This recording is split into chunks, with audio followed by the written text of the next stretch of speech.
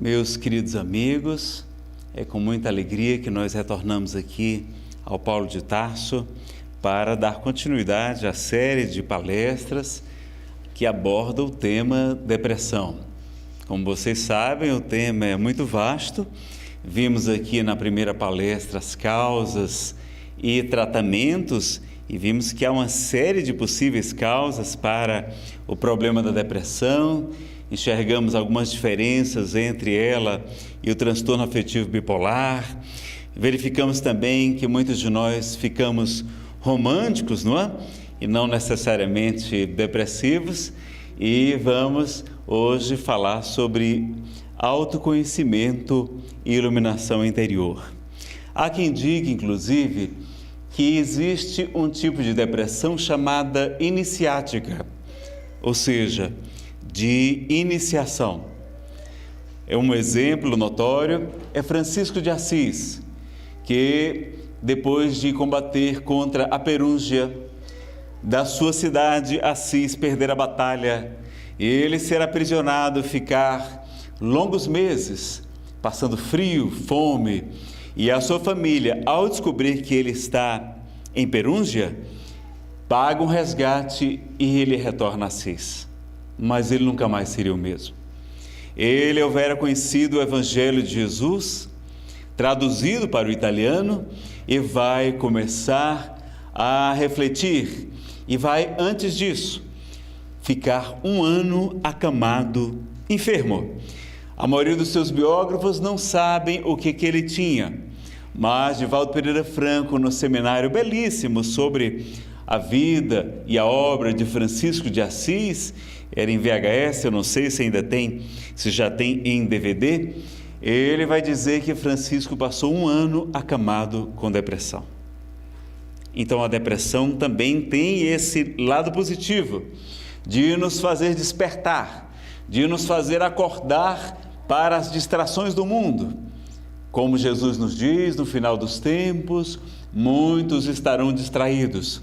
Estamos distraídos com a TV, com as notícias, com os afazeres domésticos, com o trabalho, com o ganha-pão, com a educação dos filhos, enfim, com uma série de atividades importantes, sem dúvida, mas muitas vezes esquecendo o lado espiritual. Então o convite do Evangelho é buscar primeiro o reino dos céus e a sua justiça, e tudo mais vos será acrescentado. É primeiro, mas não é só, mas primeiro o reino dos céus, não é? E nós vamos ver hoje então um aspecto muito importante que pode estar provocando ou agravando os casos de depressão, de desmotivação, de frustração, que é a falta do autoconhecimento. Vamos verificar então, pedindo a Jesus, o Mestre amoroso e bom, que continue nos iluminando, nos abordando, nos estimulando a esse trabalho no bem. Quando a gente vai falar sobre autoconhecimento, nós fazemos isso em um seminário de pelo menos 10 horas de duração, para dar as primeiras dicas, primeiros passos sobre esse assunto. Infelizmente, o nosso tempo aqui hoje é curtinho, nós vamos apenas a fazer um voo rasante sobre o assunto, mas vamos tentar pedir aos espíritos amigos que nos inspirem para que possamos trazer os pontos mais importantes para cada um de nós. Nós vamos ver sobre o autoconhecimento e o conhecimento que liberta, os fatores impeditivos para o autoconhecimento e a iluminação interior, os mecanismos de defesa do ego e as fugas psicológicas e algumas técnicas de autoconhecimento e de valorizar as nossas virtudes, que a gente pode buscar em outros lugares, em outras doutrinas. No seminário a gente aborda também terapia de regressão, vivências passadas, à luz da doutrina espírita, não vai dar tempo na nossa palestra de hoje, e um roteiro de como alcançar a iluminação e a autorrealização com exemplos de homens e mulheres que alcançaram a iluminação. O primeiro passo é explicar que a iluminação não é angelização. Nós não vamos virar anjos.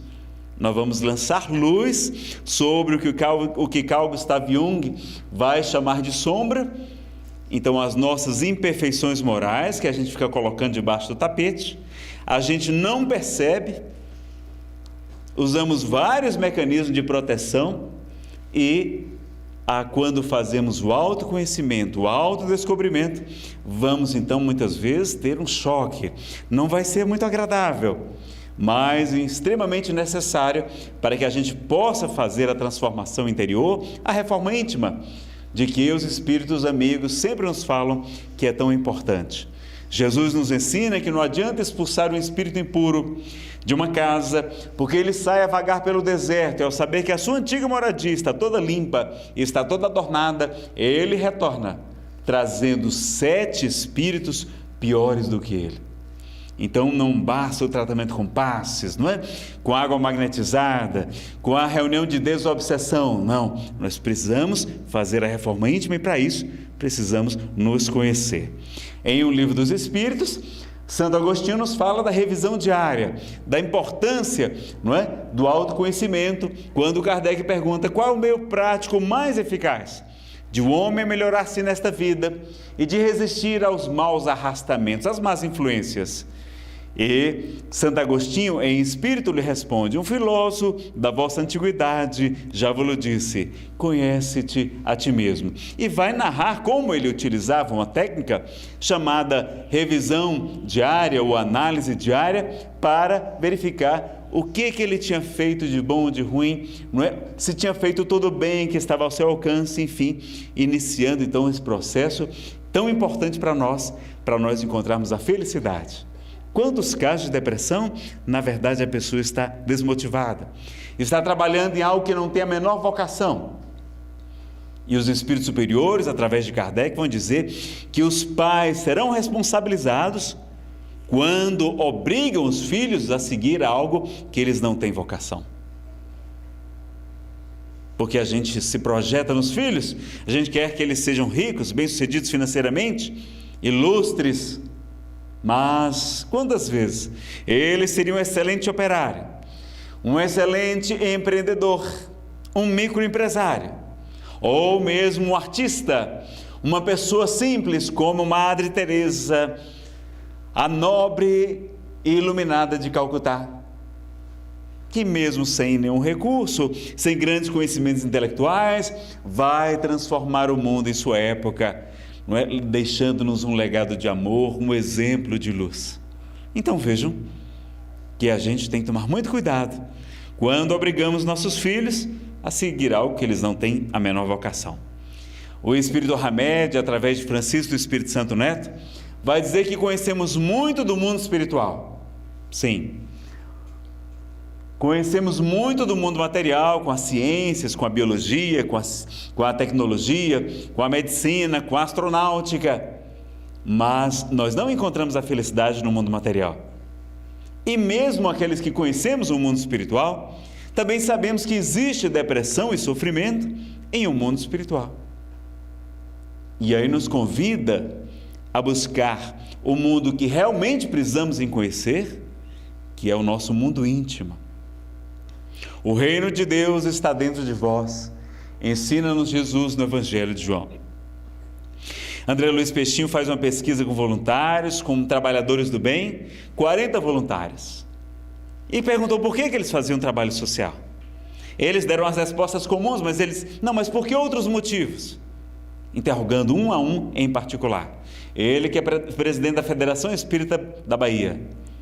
E 25 confessaram que faziam caridade com medo de ir para o umbral, com medo de ir para regiões de sofrimento no mundo espiritual, nunca eternas. O Espiritismo demonstra que não existem penas eternas, que Deus é infinito amor, infinita bondade, infinita justiça e misericórdia. E os outros 14 disseram que faziam trabalho social para ganhar bônus hora, porque leram no livro Nosso Lar, que está muito de acordo com o preceito de Jesus, e que inclusive está no último capítulo do Apocalipse, que a cada um será dado conforme as suas obras, cada um será julgado conforme as suas obras. E aí, as pessoas querendo conquistar remuneração espiritual estão trabalhando aqui, já adiantando o serviço. E um deles contou que fazer caridade mesmo era para contar vantagem para os amigos quando saía para os bares, para as festas, para dizer em que cidades, em que favelas, em que comunidades ele esteve, distribuindo tantas e tantas cestas básicas para provar que ele era bom, ou que a sua filosofia espiritualista, sua ciência de observação à doutrina espírita seria supostamente melhor do que as demais. Vejam que nenhum dos 40 voluntários estava fazendo caridade pelo verdadeiro sentido, que é o altruísmo, o esquecimento de si mesmo. Está lá em O Livro dos Espíritos, quando Kardec interroga qual a maior de todas as virtudes. Os Espíritos vão falar de várias delas, sobretudo da caridade e da humildade, que são o antídoto contra o orgulho e o egoísmo, as duas maiores chagas que nós trazemos.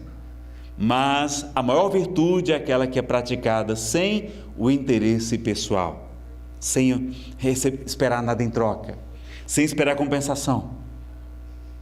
Nazareno então quer dizer que é bom, melhor a gente parar o trabalho social? Não, meus amigos.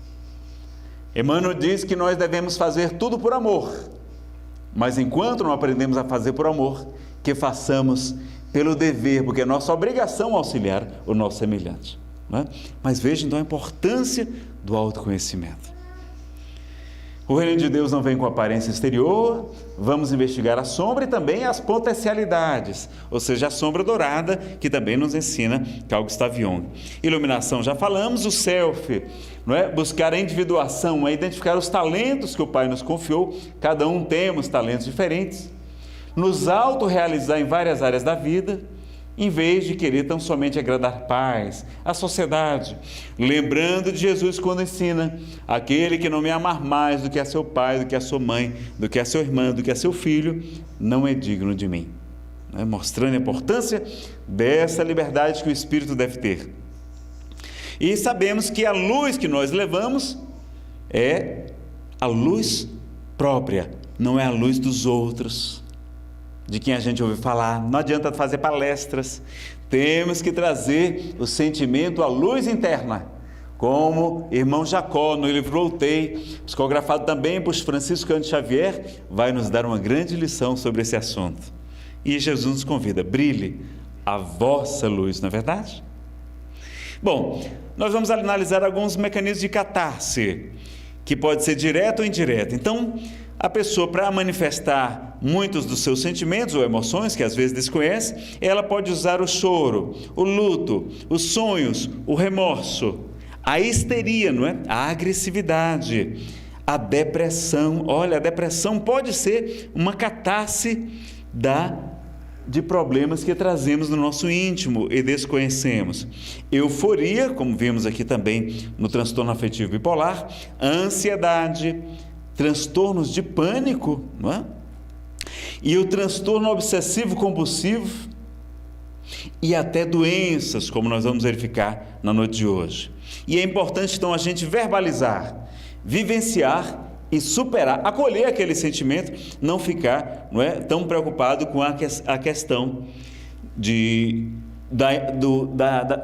do exterior, mas buscarmos as nossas questões. Quais são outras várias fugas psicológicas? Vamos ter que passar os slides todos rápidos, não é, por conta do nosso tempo, que é curtinho. Bom, nós podemos nos refugiar nos vícios, nas drogas. E aí tem uma infinidade de vícios, não é? Nós temos uma palestra sobre, não é, essa questão da dependência química e demonstramos, arrolamos uma série de outros vícios, não é? Que a gente vai até ver alguns deles aqui, como o sono, então a hipersônia, a preguiça, não é? Claro que a preguiça, pessoal, é um efeito. A gente tem que buscar qual é a causa. Por que aquela pessoa está se alienando? Será que ela está acomodada porque tem quem faça por ela? Ou tem outros motivos por trás disso? É muito comum que haja uma depressão, uma desmotivação, uma frustração, uma desilusão, enfim. Nós precisamos investigar e não tão somente condenar como normalmente fazemos, não é verdade? Há pessoas viciadas, não é, no trabalho, na religião, trabalham 12 horas por dia, porque não querem chegar em casa e enfrentar os problemas que têm no seu lar. Às vezes fazem isso inconsciente mesmo, não fazem porque querem, é porque não querem ver os problemas que tem em sua casa. Então, frequenta a casa espírita quase todos os dias da semana. Será que não há um exagero nisso? Há o vício, não é, na TV, nas notícias, nos noticiários, nos jornais, nas revistas, jogos de azar, sexo. Então a sexolatria também como uma fuga psicológica, e aí impedindo também que a gente faça o autoconhecimento. Leituras, não é, nem sempre edificantes, a fofoca, a maledicência. A gente começa a falar mal dos vizinhos para não enxergar aquilo que trazemos em nós. E Simão Pedro de Lima diz que é muito comum entre nós a muquerela, que é murmúrio, queixa, reclamação e lamentação, que são tipos de maledicência, são tipos de maldições que estamos fazendo ou para com os outros, ou para conosco, ou para com o Criador, ou para com os semelhantes. Enfim, é uma maldição de maldizer, não é? É uma praga que a gente está falando. Então, a importância de vigiar o verbo. Nós também temos uma palestra só sobre o poder das palavras, maldições, bendições, pensamento positivo, otimismo e gratidão. Como é importante a gente vigiar o verbo. Vemos também, às vezes, pessoas viciadas na comida. Verificamos até que quando a gente está deprimido, a falta da serotonina, da dopamina, nos leva a buscar o doce, o chocolate, e a gente acaba comendo mais. Então é melhor tomar o remédio, mesmo aqueles que têm o transtorno afetivo bipolar. Por quê? Porque o antidepressivo emagrece. Olha que maravilha. Agora, os estabilizadores de humor podem ajudar a pessoa a ficar mais fofinha, assim como eu, não é? Pode ficar mais fofinho. Mas nada que a gente não possa compensar com atividade física, nada que não estabilize, nada que não evite que a gente vá para o doce e para o chocolate. Por quê? Porque a gente está deprimido e está buscando satisfação, alegria na comida. Não é? O consumismo, aliás, eu esqueci, piadas também, pessoas que contam piadas, não é? Uma atrás da outra. Normalmente, mais de 90% das nossas piadas são de mau gosto, são politicamente incorretas. Então, vigiar o verbo também, e vira um vício, né? Não somente um hábito. O consumismo, a mulher está deprimida, o que é que ela faz? Vai para o shopping. E o pior, com o cartão de crédito do marido. Vejam o que acontece, né? Ou o contrário, o marido também, as mulheres, né, graças a Deus, estão trabalhando, ganhando, né, mais do que os homens muitas vezes. Que maravilha também elas poderem essa realização profissional, não é? O isolamento e o suicídio como uma fuga psicológica para os nossos problemas também. E quais são os fatores impeditivos do autoconhecimento? O que atrapalha, Nazareno, a gente fazer o autoconhecimento? O primeiro, o orgulho, não é? Está lá em Evangelho segundo o Espiritismo, que o orgulho é o pai de muitos vícios, a fonte de quase todos os males, a negação de muitas virtudes. Ele é o principal obstáculo ao progresso e também é o principal motivo, móvel de quase todas as nossas ações. Às vezes a gente acha que está fazendo por caridade, porque é importante divulgar a doutrina espírita, mas quantas vezes é por orgulho? Então vejam como é importante a gente se conhecer. Eu estava fazendo um tratamento com uma psicóloga e ela é uma grande ferramenta de autoconhecimento, se for uma boa psicoterapeuta, né? Porque tem maus advogados, maus médicos e também tem maus psicólogos. E ela me disse: Nazareno, você sabe por que você dá palestra? E eu fiquei imaginando que era porque é por causa da vaidade, por causa do orgulho, não é? Alguma coisa assim. E ela disse: não.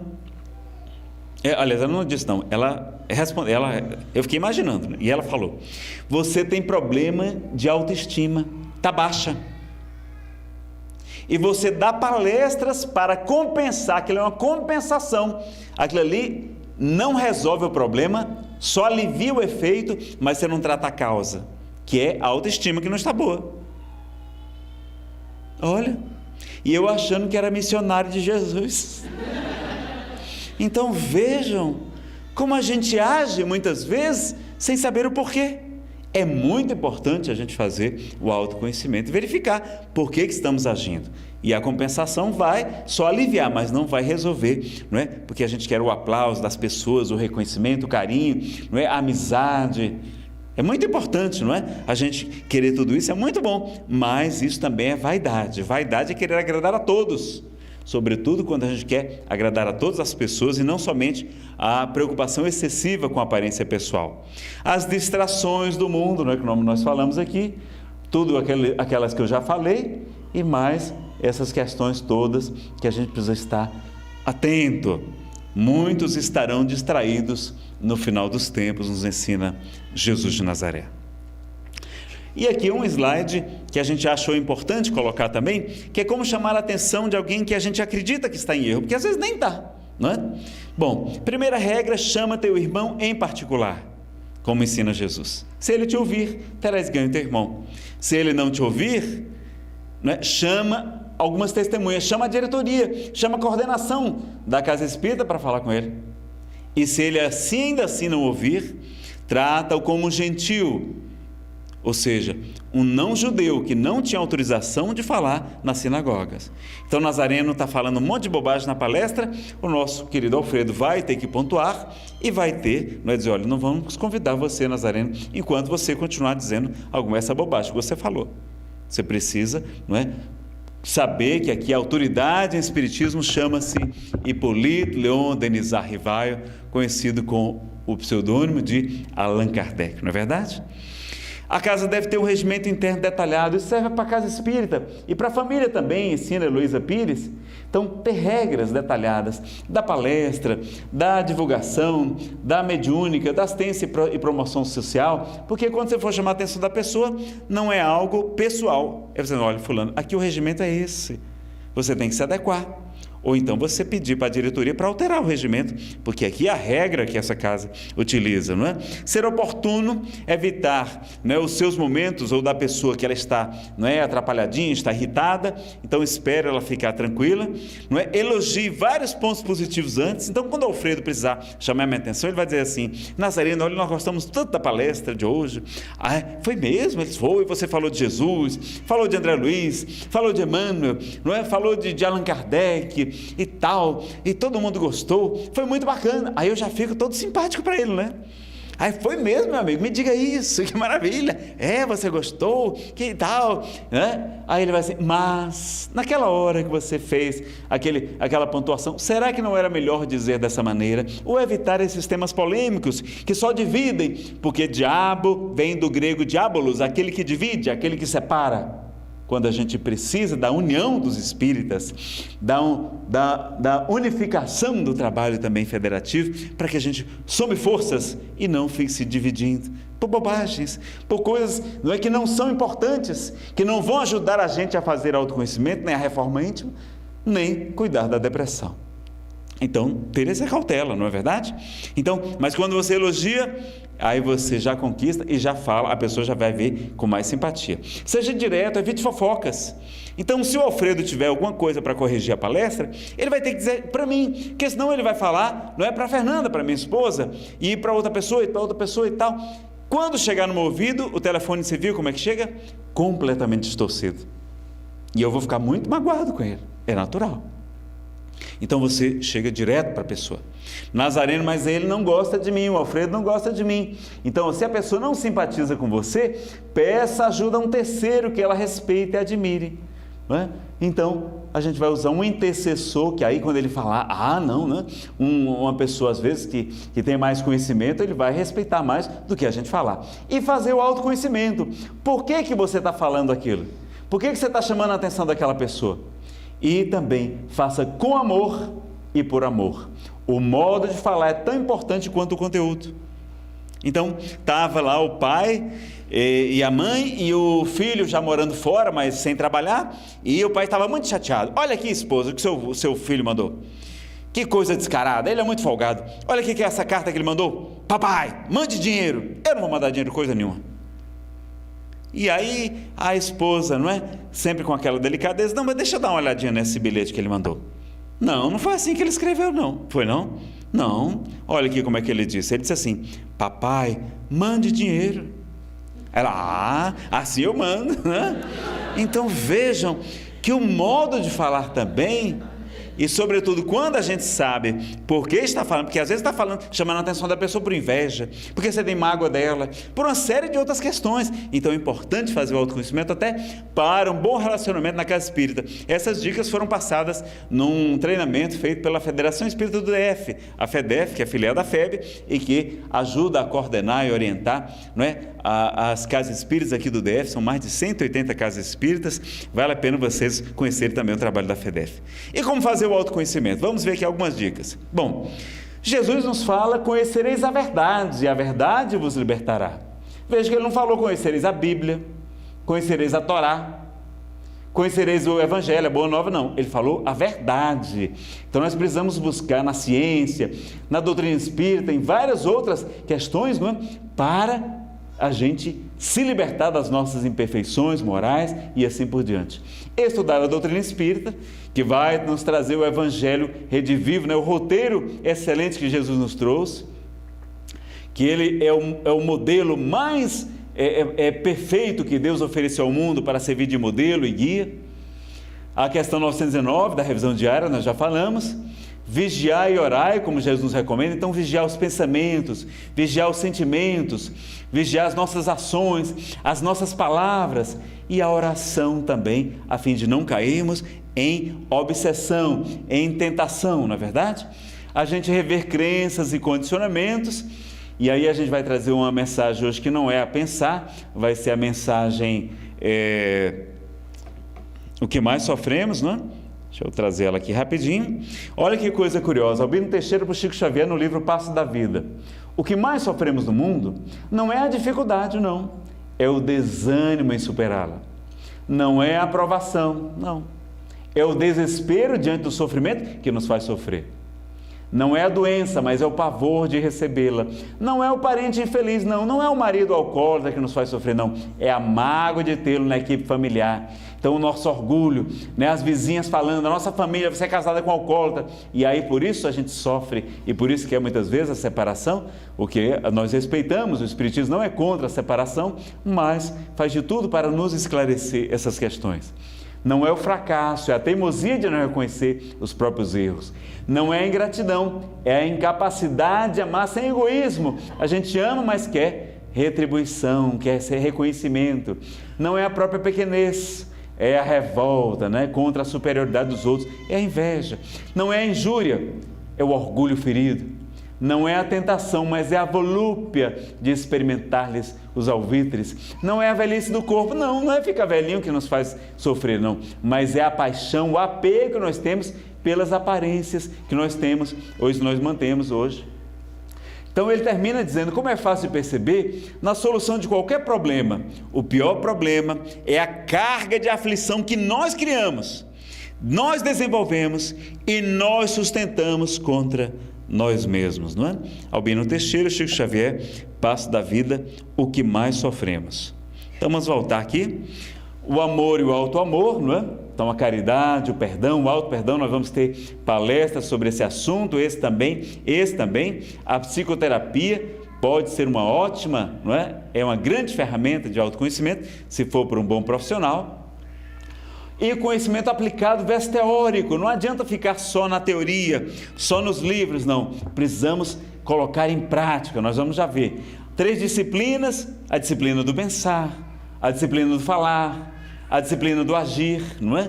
Cuidar dessas 3 questões, o culto do Evangelho no Lar, essa campanha permanente que a Federação Espírita Brasileira mantém para que nós tenhamos um dia da semana, não é? Alguns minutinhos, meia hora é suficiente para lermos em voz alta o Evangelho segundo o Espiritismo, alguma outra obra espírita consagrada, não é? Temos também, se a nossa família não é espírita, ler algum dos evangelistas, Mateus, Marcos ou Lucas. João é um pouquinho mais difícil, mas também pode ser lido, para que a gente faça então essa harmonização na nossa casa. Nós vamos ver isso aqui na próxima palestra, né? Também esse estudo do Evangelho em pequenos grupos, que tem o nome de TE, Tratamento Espiritual. Na FEDEF nós colocamos o nome Apoio à Melhoria Espiritual. Tem também em algumas partes do Brasil Apoio à Reforma Íntima, ATE, Atendimento Espiritual. Na Federação Paraibana Educação dos Sentimentos, e a Federação Espírita Brasileira está estudando implantar no seu campo experimental, porque isso aqui tem dado excelentes resultados, que é o estudo do Evangelho em pequenos grupos, não é?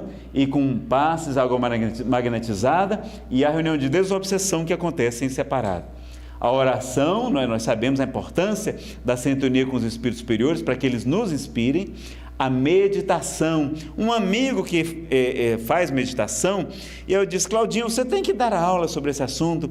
Eles, Nazareno, a meditação é como se a gente está naquele avião que está para decolar, e o avião está ali com aquela chuva, com raios, e aquela turbulência toda, e quando ele passa sobre as nuvens, alcança uma altitude maior, ele então estabiliza e nós vemos o sol. Então é assim a meditação consegue nos levar da turbulência dos pensamentos, das angústias, para um estado, não é, muito mais elevado. Vale a pena, e está comprovado cientificamente os benefícios da meditação com monges budistas e várias outras técnicas que têm sido feitas, não é? O Enneagrama e outras classificações psicológicas nós vamos comentar aqui. Estudo da coleção de livros como Fonte Viva, não é?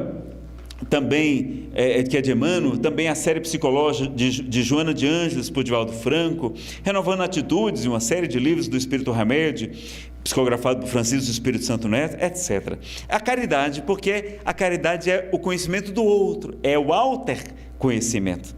Uma vez nós estávamos num trabalho aqui da FEDEF e estávamos ali muito preocupados com a disciplina, do horário, aquela questão toda. A coordenadora passava, nós tínhamos que encerrar, e um jovem visivelmente perturbado que estava nas calçadas, ele entrou, sentiu uma vontade de entrar, perguntou se podia participar do nosso grupo. Nós dissemos que sim, e ele sentou e disse: olha, na hora do intervalo nós vamos conversar com você.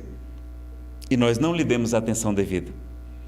Antes do almoço, ele saiu, foi embora. Era talvez a ovelha desgarrada, precisando de ajuda, talvez pensando em suicídio, que nós tivemos a oportunidade de auxiliar, e não auxiliamos por conta nós estávamos tão preocupados com o autoconhecimento, era sobre autoconhecimento o encontro, que esquecemos do conhecimento do outro. É mais importante isso. Que nós vimos, não é, que Jesus só nos pediu uma coisa no critério, o único critério para separar os cabritos, os bodes das ovelhas, foi qual? Tive fome, deste comer, tive sede, me deste beber. Eu estava à noite, me vestiste. Eu estive preso ou enfermo, e tu foste me visitar. Eu estava peregrino, sem teto, num abrigo de crianças, podemos acrescentar, e tu foste me visitar. Então Jesus faz da caridade o único critério para saber quem passará à direita, que continuará reencarnando nesse mundo, que se tornará cada vez melhor, um mundo de regeneração, onde os espíritos maus não mais terão autorização de reencarnar, daqueles outros que passarão à esquerda, que migrarão para outros mundos mais adequados a seu nível evolutivo, como é natural, né? Para que eles não atrapalhem a marcha do progresso. Então a praxiterapia também. Quem é que leu o livro O Monge e o Executivo? É muito bacana, não é? E ele mostra como, quando a gente faz o bem, mesmo que a gente não seja bom, com o passar do tempo, a gente começa a ficar bom. Então, começar a louvar a Deus, começar a desenvolver a gratidão, a alegria, o otimismo, a gente vai começando a ficar mais otimista, mais alegre, mais feliz. Tratar o maridão bem, está aqui, né? Minha esposa querida. Faça de conta que é o primeiro dia dos namorados que vocês estão passando juntos. E a gente começa a tratá-lo como naquela época. Vocês vão ver como ele vai melhorar, porque é algo natural, não é verdade? Então, a reciprocidade, como a gente tem com as nossas mãezinhas, que sempre nos amam, que não mudam, né? E a gente evitar a muquerela, reclamação diária do marido, reclama só de 3 em 3 meses, né? Aí resolve, o casamento fica uma maravilha, só de 3 em 3 meses, durante de 3 em 3 meses você fica tranquilo, só alegria, só carinho com o maridão. Então, a praxiterapia, mostrando que o hábito faz o monge, não é? Então, o hábito faz aquela pessoa se tornar uma pessoa melhor. E vamos rever alguns conceitos, né? Aqui, essa mensagem nós já vimos, o que mais sofremos, de Albino Teixeira, por Chico Xavier. Saber que prova é uma oportunidade. Muitos espíritos estão implorando a oportunidade de melhorarem-se aqui na Terra. Erros são aprendizados, problemas, nós já vimos aqui que problemas espíritas, nós não temos problemas, nós temos desafios evolutivos, que é muito mais chique, não é? Em vez de ficar reclamando de problema, não, olha, estou com um desafio evolutivo aqui e tal, nós vamos vencer. Pessoas difíceis são nossas professoras, são instrumentos para a nossa evolução. Está lá no Evangelho segundo o Espiritismo, que os espíritos atrasados são isso, não é? E os obsessores são nossos personal trainers do espírito, para que a gente se fortaleça no amor, no perdão, na caridade, na paciência. Eles nos trazem às igrejas, aos templos, as casas espíritas, nos ajudam a encontrar Deus. Então, eles amplificam aquele problema que a gente tem, e ali a gente já começa a tratar. Eles são como uma lente de aumento para aquele problema, porque a gente não enxergava muito bem aquele defeito nosso. E Jesus nos convida então: amai os vossos inimigos, orai pelos que vos perseguem, vos caluniam, fazei o bem àqueles que vos odeiam. Essa é a mensagem, é o ensino do Mestre Jesus. Outras técnicas, não é? O Espírito Camilo, por Raul Teixeira, vai dizer que o Espiritismo é um gigantesco oceano, que nós estamos ainda nos abeirando de suas praias. Há muito para aprender.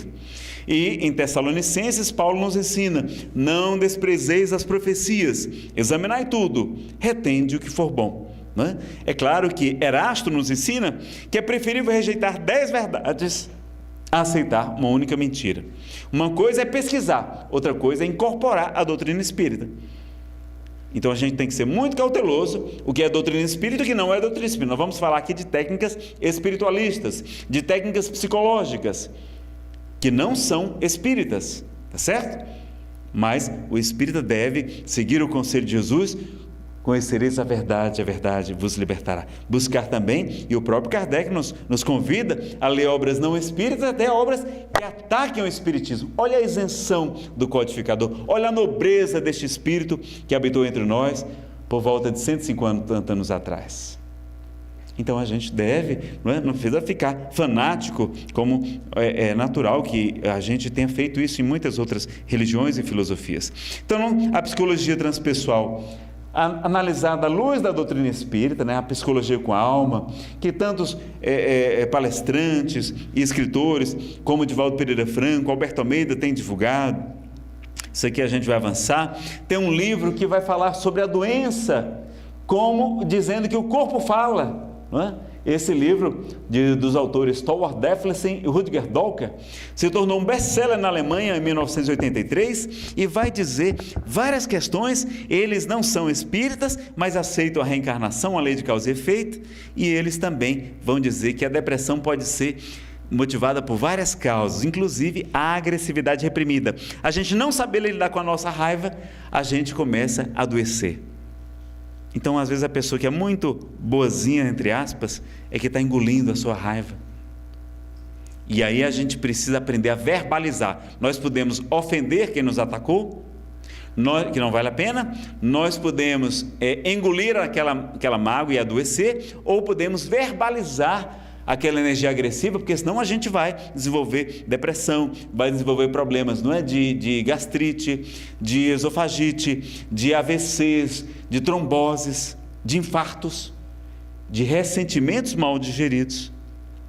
Na obra de André Luiz a gente vê isso com muita clareza, com muitos detalhes, e Alberto Almeida tem um seminário, A Raiva em Suas Mãos, mostrando como a gente deve fazer isso. Não é? Então, na hora da discussão, a mulher não vai brigar com o marido, não, deixa ele descarregar. É bom que a pessoa desabafe, mas 2 dias, 3 dias depois, ser oportuno, não é? Pegar ele num dia bom, quando ele está satisfeito. Aí a esposa vai dizer assim: maridão, você falou aquilo, não foi? Foi. Pois eu não admito que isto por isto e por aquilo. Você não tem o direito de fazer isto por isto e por aquilo. Ela vai falar com tanta ênfase que ele vai achar até que ela está obsediada, vai ficar até com medo dela, né? Então vejam que é importante a gente fazer isso. Jesus, que é nosso modelo, sempre foi firme, assertivo, não é? E a gente acha que a humildade não é covardia muitas vezes nossa, é omissão, é conivência com o mal. Então a gente muitas vezes adoece, engolindo coisas. E precisamos aprender a verbalizar. Não é brigar, não é sair no tapa, não. Mas percebeu ali? Usa a água da paz e depois a gente vai utilizar. Então vejam que até algumas palavras têm algum fundamento. Vejam que lá em alguns locais, algumas regiões, quando alguém está prendendo a raiva, a gente diz assim: olha, o fulano está enfesado. Porque sendo o intestino responsável de colocar tudo de ruim para fora, se a pessoa não coloca a energia agressiva para fora, ele pode também prender. E aí a pessoa fica cheia daquilo que vocês estão pensando mesmo. Enfesado. Olha. E aí a gente já sabe agora porque as mulheres têm mais depressão do que os homens, também a questão hormonal, depressão pré-parto, depressão pós-parto, né? A TPM, que uma amiga minha disse que, nem você sabe o que significa TPM? Eu disse, não, o que é? Tenha pena de mim, né? Tal sofrimento que as coitadas padecem nesses dias. Então vejam, também por isso, mas porque as mulheres, por conta da nossa sociedade ainda com muitos vestígios, não é, patriarcais, machista, ela, não é, engole muita raiva, muita mágoa, não verbaliza e vive tomando. Agora a gente já sabe por que mulher toma tanto laxante. Não é só para emagrecer, porque nem emagrece, não é? É porque o intestino não funciona bem, porque tem muita coisa ali acumulada. Talvez seja, é uma das hipóteses, é uma tese, pessoal, não é? Levantada também por esses dois autores, além de outros palestrantes espíritas, como nós falamos. O Pathwork, de Eva Pierrakos, é um trabalho espiritualista, não é espírita. Divaldo comenta em algumas de suas palestras, como o Seminário Perdão e Auto-Perdão. O primeiro livro que foi coletado dessas 258 palestras canalizadas, ou seja, palestras mediúnicas, que esse espírito, que apenas se identificou como guia, trouxe, vai mostrar, não é, um grande roteiro de autoconhecimento. É muito interessante, tem muito aprendizado interessante. Agora tem que praticar em pequenos grupos. E tem que ter a ajuda de um helper, de um facilitador, que normalmente é pago, não é? Mas tem também pessoas que trabalham assim voluntariamente. Ele convida a fazer a meditação a 3 vozes, mostrando que a gente tem uma criança ferida, tem o ego mediando e tem o eu superior ou self. Ele não vai prescrever a negação do ego, mas sim, não é, um ego forte, mas para o quê? Para esclarecer a criança e deixar resplandecer o eu superior. Vai mostrar a diferença entre amor e submissão, que a gente confunde. Poder, também, que é um atributo nobre, em vez de agressividade ou arrogância. Serenidade, que é diferente de omissão, que é diferente de medo, de covardia, de conivência com o mal também. E tem vários mecanismos de defesa do ego. Aqui a gente vai ver uma análise que está na Wikipédia, aquela enciclopédia livre. Os mecanismos de defesa, o ajustamento, são 9 principais e mais 15 mecanismos aqui. A gente vai ter que passar rápido para vocês ou deixar para uma outra palestra a gente aprofundar, tá certo? Mas o mecanismo de defesa a finalidade é reduzir qualquer manifestação que pode colocar em perigo a integridade do ego, onde o indivíduo não consiga lidar com situações que por algum motivo considere ameaçadoras. São processos subconscientes ou mesmo inconscientes que permitem à mente encontrar uma solução para conflitos não resolvidos no nível da consciência. As bases do mecanismo de defesa são as angústias. Quanto mais angustiados estivermos, mais fortes os mecanismos de defesa ficam ativados, não é?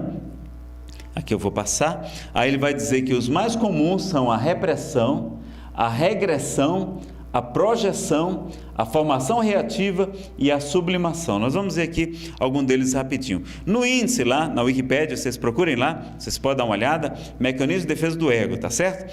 Eu vou deixar esses slides disponíveis também no site nazarenofeitosa.com.br, tá bom? A racionalização, isolamento, sublimação, projeção, repressão, formação reativa, identificação, regressão, negação, são 9 e tem mais 15 que são menos conhecidos, tá bom? Então a racionalização ele vai explicar, que a gente justificar, tentar, não, isso era assim porque é assim mesmo, não passei porque eu não queria mesmo, porque isso não era melhor para mim. A gente faz racionalização muitas vezes, né? O isolamento é a gente isolar comportamentos ou pensamentos perturbadores, né? Como se fosse algo normal. Um exemplo seria um ladrão que rouba e não experimenta o sentimento de culpa que estão ligados a esse ato. Outro exemplo seria um filho que, após a morte de sua mãe, fala com uma frequente e enorme naturalidade sobre a morte dela. Então ele isola os dois pensamentos como se fosse uma frieza, não é? É um mecanismo de defesa do ego. A sublimação, essa é importante, eu acho que vocês já conhecem. Deixa eu pedir para a Fernanda vir aqui. Bom, sublimação, vocês sabem, não só de várias coisas, mas também na área sexual. É muito comum muitas doutrinas. O Espiritismo não prega o celibato. Mostra até que ele, se é por um motivo egoístico, não é o ideal, o isolamento nas montanhas e assim por diante, mas se for por uma causa nobre, como a gente vê vários missionários, como Chico Xavier, Divaldo Pereira Franco, entre outros, que não casaram, que não tiveram famílias, para se dedicar, é muito bom, mas é muito difícil.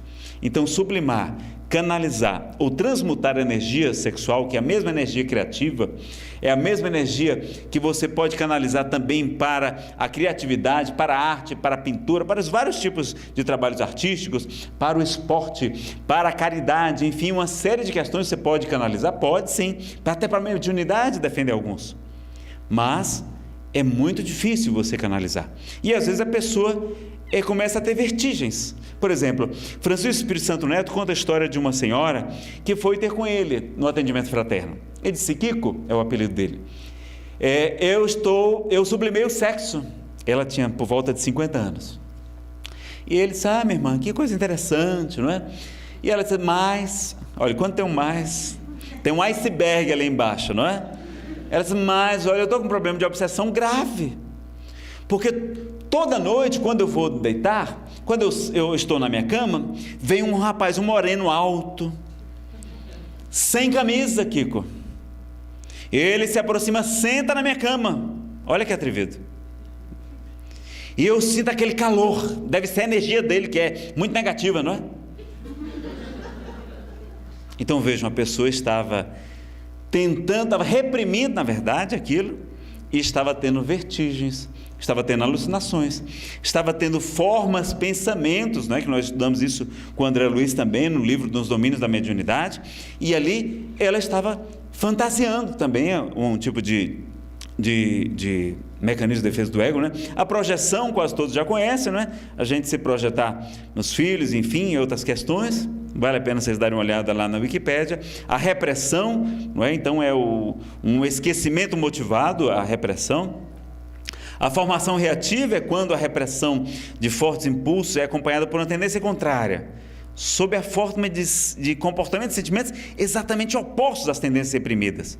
Então, por exemplo, é um exemplo de uma mãe que se preocupa exageradamente com o filho, pode ser um reflexo de uma verdadeira hostilidade. Uma pessoa muito valente pode ser reflexo de um medo do oculto. Então, a pessoa, claro, essas coisas naturais, mas às vezes não é? Isso aqui tem também estudos na psicanálise, mas Freud explicou, mas não convenceu muito bem, não é verdade? Tanto que vários dos seus seguidores não se filiaram àquela corrente tão restrita, porque infelizmente ele não conheceu a reencarnação, não conheceu Allan Kardec, conheceu Charcot, teve contato com Charles Richer, mas Charles Richer era a metapsíquica, não era a doutrina espírita como nós conhecemos, codificada por Allan Kardec, não é verdade? Então a formação reativa faz isso. A identificação, a pessoa se identifica com o triunfo de outras, não é? Então, ela, como se aquilo fosse parte dela, então a pessoa diz, olha, eu era amigo de Chico Xavier, então como se estivesse absorvendo as qualidades de Chico Xavier, porque era amigo de Divaldo, enfim. Vejam como a gente faz essa questão. Nas palestras é muito comum a desatenção seletiva. Tem gente que depois que me encontra assim, ou em qualquer lugar, diz, Nazareno, olha, eu assisti aquela palestra sua, e você falou aquilo, aquilo outro. Eu disse, olha, eu não falei isso não. Você falou? Porque a gente não escuta o que as pessoas falam. A gente escuta o que a gente quer escutar. Ou então a gente filtra. Então é muito curioso como isso acontece. Por isso que é bom filmar, gravar, né? Não, pode assistir lá, está gravado. Tem lá o DVD, tem lá o CD de MP3, não é? Toda a renda é revertida para ajudar as casas espíritas, onde a gente ministra palestras, né? Inclusive vamos ficar para o Paulo de Tarso na noite de hoje. Então vejam como há tantas questões, infelizmente o tempo não vai dar para a gente verificar tudo hoje. Nós vamos verificar também aqui a regressão, Gente, a negação, que é muito comum, sobretudo na dependência química, é um dos maiores problemas da dependência química, a negação, e na depressão também. Na doença, de modo geral. Chico Xavier dizia que 50% da cura chama-se aceitação. A pessoa aceitar que tem um problema, uma doença, uma dificuldade. E os outros 50%, a cura vem com o tempo. Mas quantas vezes a gente quer ajudar o dependente químico, não é? O alcoólatra, que é dependente químico também, e ele não aceita que é alcoólatra. Não, eu bebo socialmente, não é assim? Então, quantos problemas nessa área também. Então, a intelectualização, muito comum no caso da maconha. Não, olha, eu sei, eu já li tudo isso, não é bem assim, tem muita discussão nova. Então, não existe o usuário de maconha, existe adorador de maconha, defende o psiquiatra Wesley Assis. Procure no YouTube. É um dos melhores palestrantes espíritas nesse assunto, Wesley Assis. Vai ter lá tratamento para a dependência química, uma abordagem que não é tanta a questão espiritual, mas é mostrando o que é efetiva, como o Espírita de Brasília tem sempre trazido ele para realizar seminários de dependência química, como ela faz todos os anos, e ele provavelmente vai estar escalado para esse ano também, novamente, 2015, tá certo? Então, intelectualização, introjeção, anulação, deslocamento, idealização, conversão, substituição, fantasia, compensação, essa aqui vocês lembram de mim, não é? Expiação, clivagem, resistência, transferência, contra-transferência, recalque. Então vejam, os vários mecanismos apresentam-se em todos os indivíduos e só se tornam normais quando aparecem de maneira excessiva, não é? Só essa questão a gente não vai poder avançar mais. Jesus, nosso modelo mais perfeito, isso a gente aborda no seminário, não é, que a gente gravou de várias horas de duração, a importância da caridade, da divulgação, que Paulo, no diálogo com Barnabé, no livro Paulo e Estevão, psicografado por Chico, vai dizer que poderíamos atender a muitos doentes, ofertar um leito de repouso aos mais infelizes, mas sempre houve e haverá corpos enfermos e cansados na terra. Na tarefa cristã, semelhante esforço não poderá ser esquecido. Então a gente não pode esquecer da assistência e, sobretudo, da promoção social, da pessoa se promover, crescer, aprender e ser uma pessoa melhor, não ficar dependente. Mas a iluminação do Espírito deve estar em primeiro lugar. Se o homem trouxesse o Cristo no íntimo, o quadro da necessidade seria completamente modificado. Então, Paulo sabia, por isso ele dedicou-se tanto à divulgação, não é verdade? E Jesus nos convida, meus amigos, ali no slide, meus amigos, amai intensamente, porque a caridade cobre a multidão de pecados, como está na epístola de Pedro. Não está escrito, vós sois deuses? Podereis fazer tudo o que eu faço, e muito mais, se o quiserdes. Vós sois o sal da terra, o fermento da massa, a luz do mundo. Brilhe a vossa luz e resplandeçam as vossas boas obras diante dos homens, para que eles glorifiquem a Deus, nosso Pai, que está nos céus. Vou colocar só uma poesia. Onde está Deus? Quando a gente estiver naqueles momentos de romantismo, não é? De tristeza, de reflexão, a gente não tem mais depressão, a gente tem romantismo, que é toda a mesma coisa, reflexão ou romantismo.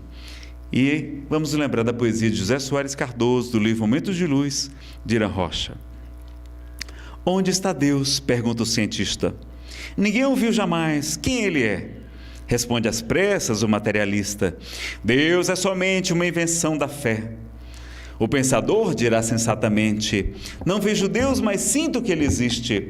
A natureza mostra claramente em que o poder do Criador consiste. Mas o poeta dirá com segurança de quem afirma porque tem certeza: eu vejo Deus no riso da criança, no céu, no mar, na luz da natureza. Contemplo Deus brilhando nas estrelas, no olhar das mães fitando os filhos seus. Nas noites de luar claras e belas, que em tudo pulsa o coração de Deus. Eu vejo Deus nas flores e nos prados, nos astros a rolar pelo infinito. Escuto Deus na voz dos namorados e sinto Deus na lágrima do aflito.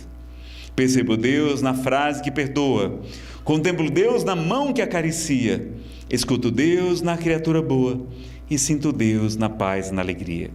Eu vejo Deus no médico salvando, presinto Deus na dor que nos irmana, descubro Deus no sábio procurando compreender a natureza humana. Eu vejo Deus no gesto da bondade, escuto Deus nos cânticos do crente, percebo Deus no sol, na liberdade e vejo Deus na planta e na semente. Eu vejo Deus, enfim, por toda parte, que tudo fala dos poderes seus. Descubro Deus nas expressões da arte, no amor dos homens também sinto Deus. Mas onde eu percebo Deus com mais beleza, na sua mais sublime vibração, não é no coração da natureza, é dentro do meu próprio coração. Obrigado, meus amigos.